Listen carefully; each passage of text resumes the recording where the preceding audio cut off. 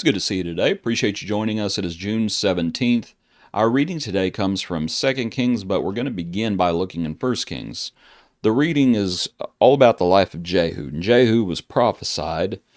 He had a job to do. It's not a pleasant job either. This is from the account when Elijah runs from Jezebel, and the Lord is speaking to Elijah and giving him directions that he was going to go back. He was going to anoint Hazael king over Syria, verse 15.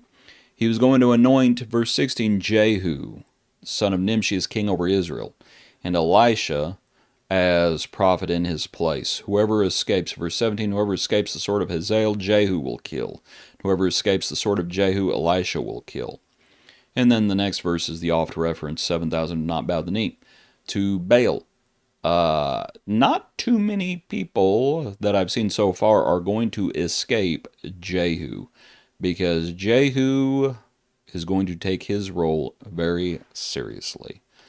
Come on up to 2 Kings and let's look at it together. 2 Kings, let's see, it sort of begins in chapter 8.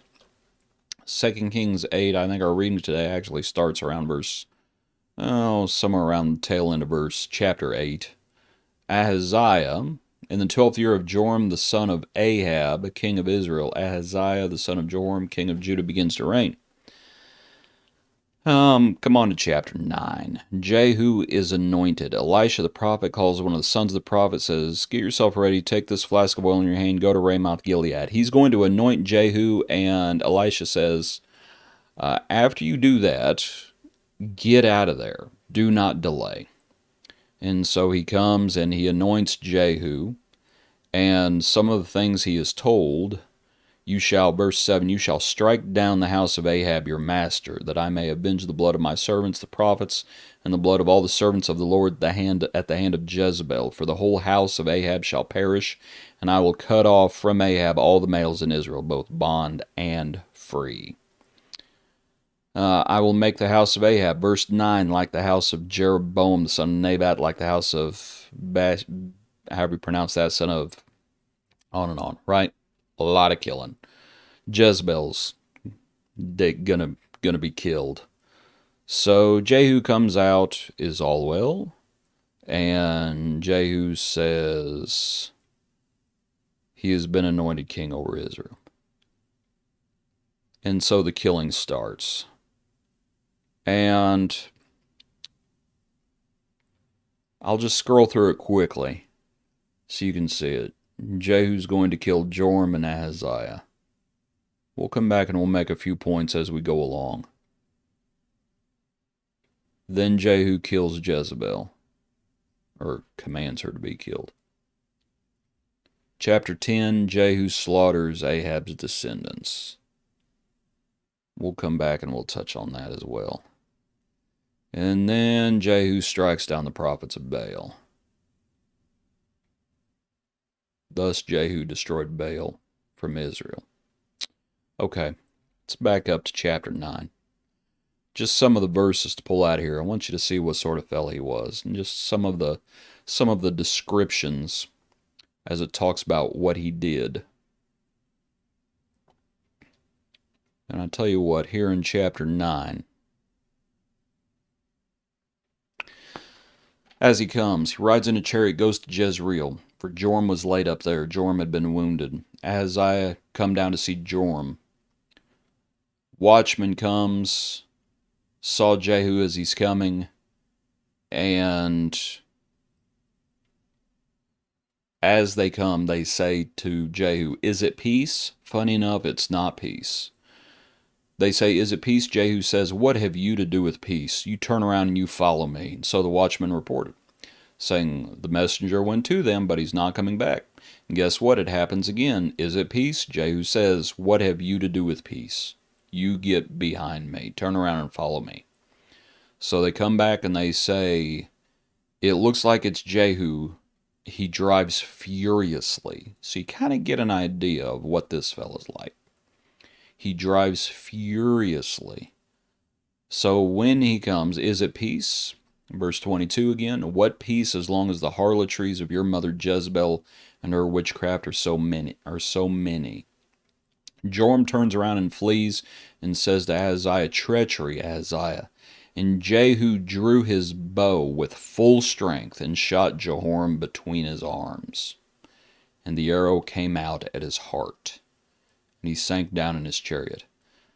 And it was just that phrase that just popped out at me, just probably because it's so graphic. Jehu drew his bow with full strength. And that's just kind of how Jehu is.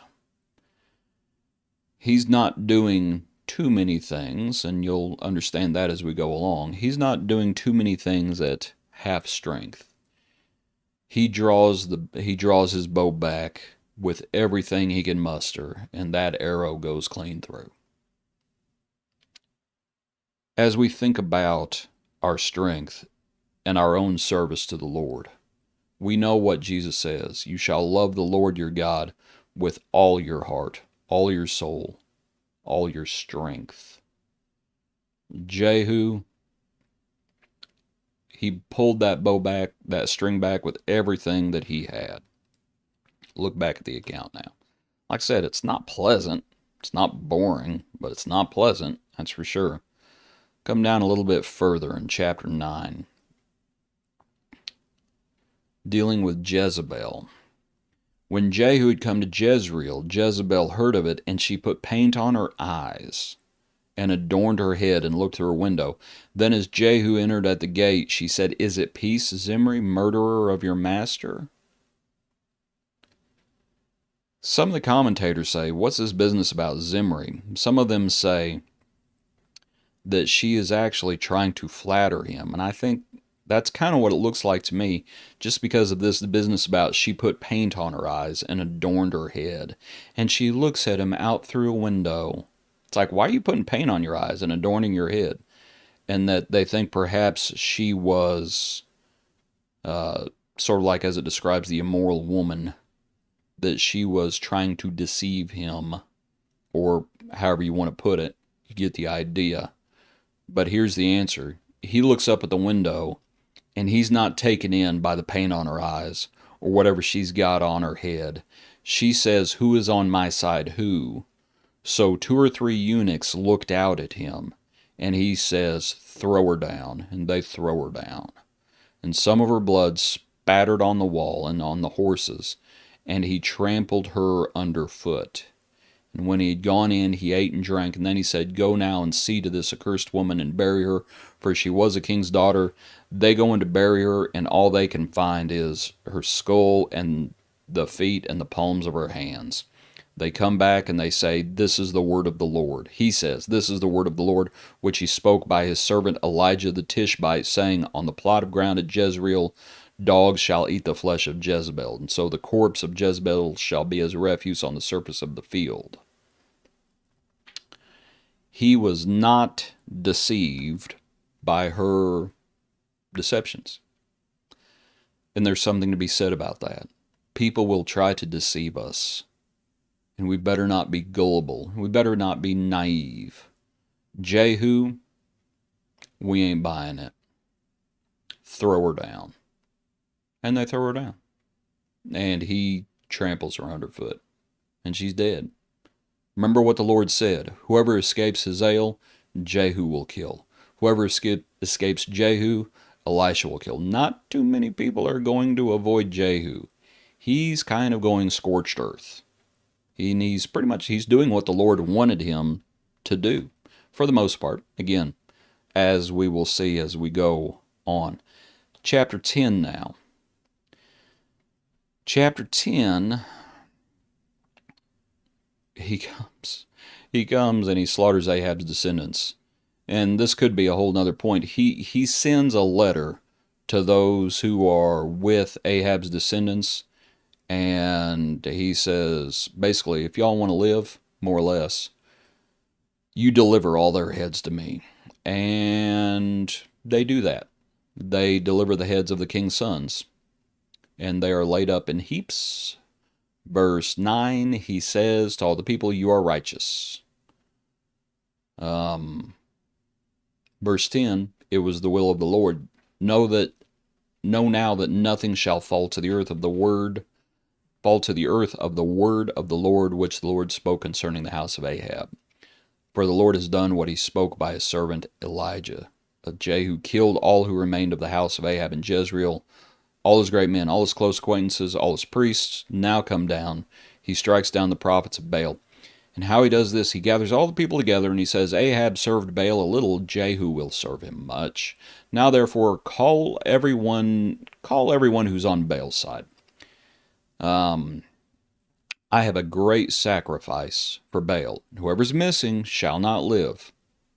But Jehu acted deceptively with the intent of destroying the worshippers of Baal. Jehu says, proclaim a solemn assembly for Baal, so they proclaimed it.